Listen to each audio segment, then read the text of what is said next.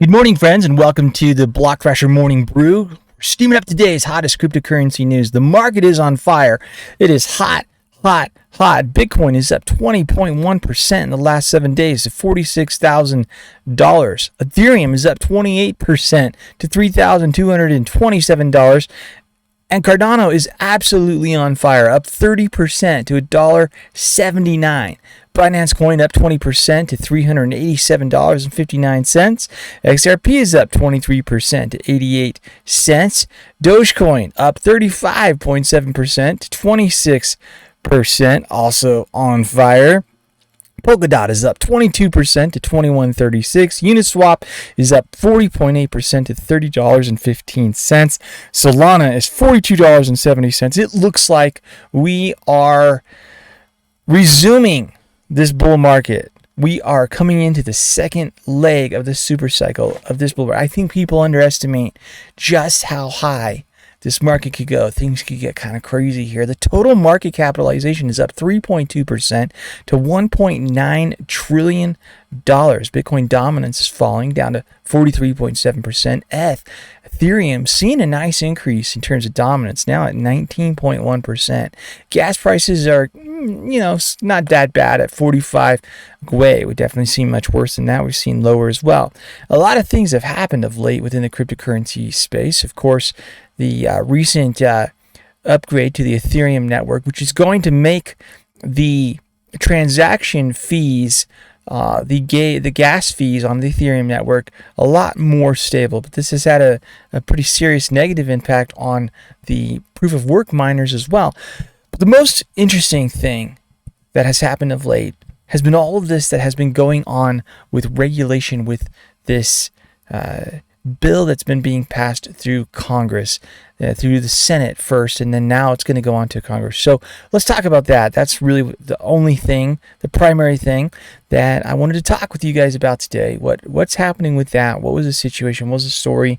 So there's this infrastructure bill which is being passed. It's a $1.2 trillion infrastructure bill being put out by the Biden administration, and within that bill was some new regulation that broadly expanded the definition of broker to include anyone, any entity, any software, any technology that is involved in the process of exchanging or transferring digital assets. So it was very broad, very sweeping language that would require anyone involved in those types of transfers of digital assets to capture customer information, to do KYC, AML type of information capturing, basically, and report any transaction over $10,000 to the IRS. So it's basically reporting law, a reporting regulation.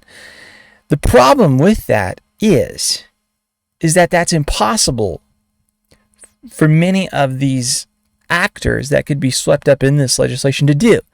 A Bitcoin miner, an Ethereum miner, a proof of work miner, or a stake pool operator on Cardano or Polkadot or any of the others. They just don't have that information.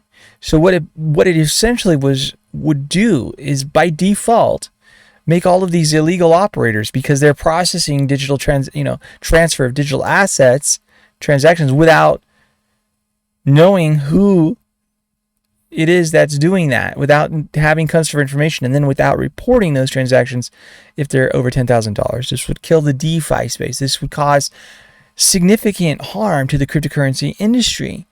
In the end, it would not stop the innovation. It would just drive all of it outside of the United States. So what happened? The story here was that this original language in the bill worked in the way that I just described, and it was very negative. It was very draconian. It was very broad sweeping. It was clear that whoever authored it had no idea how the technology actually works.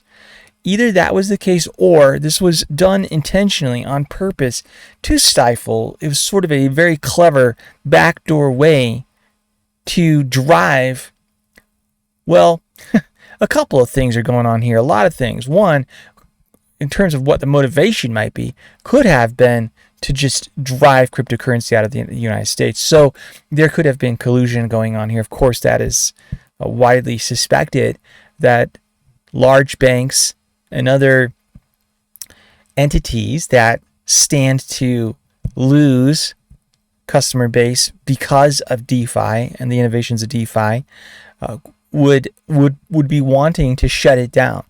Janet Yellen of the Treasury, who is receiving millions and millions of dollars for speeches from such entities in the banking industry, in the banking world, came out strongly in favor of this legislation. So the original legislation was as I described.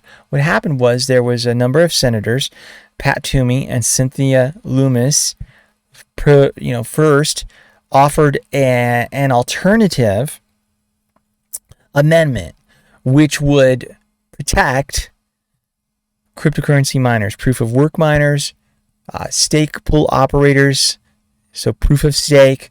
It would protect software engineers and developers who make wallets from being targeted. Subsequently, after that was done, a couple of other senators offered another amendment in opposition to that, which was similar but didn't go as far. That was Senator Portman of Ohio and Sinema of Arizona. The Warner-Portman-Sinema bill, also Warner, a Democrat from Virginia, looked like it was picking winners and losers because it was excluding proof of work mining, which would mean Bitcoin and some of the other lesser known would have been excluded from this legislation, but not proof of stake. So Ethereum and Cardano would have taken the hit. That raised some question as to whether there was some kind of Bitcoin lobby that was in the back pocket of these senators. Well, fast forward a couple days, the cryptocurrency industry and world, the community, demonstrated their tenacity, their size, their strength, and their capability by rising up with such a force, with such a loud voice. Many of the influencers within the space, who I might add, are very intelligent, technologically savvy, and also very wealthy often. There's a lot of dudes, young people who've been extremely successful because they're very intelligent. They got into crypto early, so there's a lot of money and there's just a lot of intellectual power, right? Well, they all rallied together and raised the alarm, encouraging people to call their senators, and this is what happened. And so it basically shut down the entire infrastructure bill process for a little bit. And in the end, the 5 senators, Toomey, Lummis, Warner, Portman, and Sinema, they all came together and they co-signed a really well done amendment that would protect all of the non-custodial actors in the space who couldn't possibly provide that information to the IRS. This amendment would have ensured that innovation would not have been stifled and that these U.S. companies and developers and whatnot would not have left the U.S. to go their places. Well, what happened? In order for that amendment to pass, there needed to be unanimous consent. So if one senator was to object, it would not go through. And that's exactly what happened. Senator Richard Shelby, a Republican from Alabama, objected to Senator Toomey's request for unanimous consent on the amendment, demanding that he would not consent unless his amendment, which was totally unrelated, his side amendment, additional amendment, which was like $50 billion for defense spending, largely for his state, was also allowed to be voted on. And so what happened was Bernie Sanders objected to that for environmental reasons, thereby shutting down the entire process. No amendments, no correction to the very, very, very bad wording in the bill. So now it goes to Congress, and Congress will have an opportunity to potentially insert an amendment or to change the language. So the fight goes on. The fight goes on. The fight goes on for another day. A couple of things have happened, though, in this entire process that are quite interesting.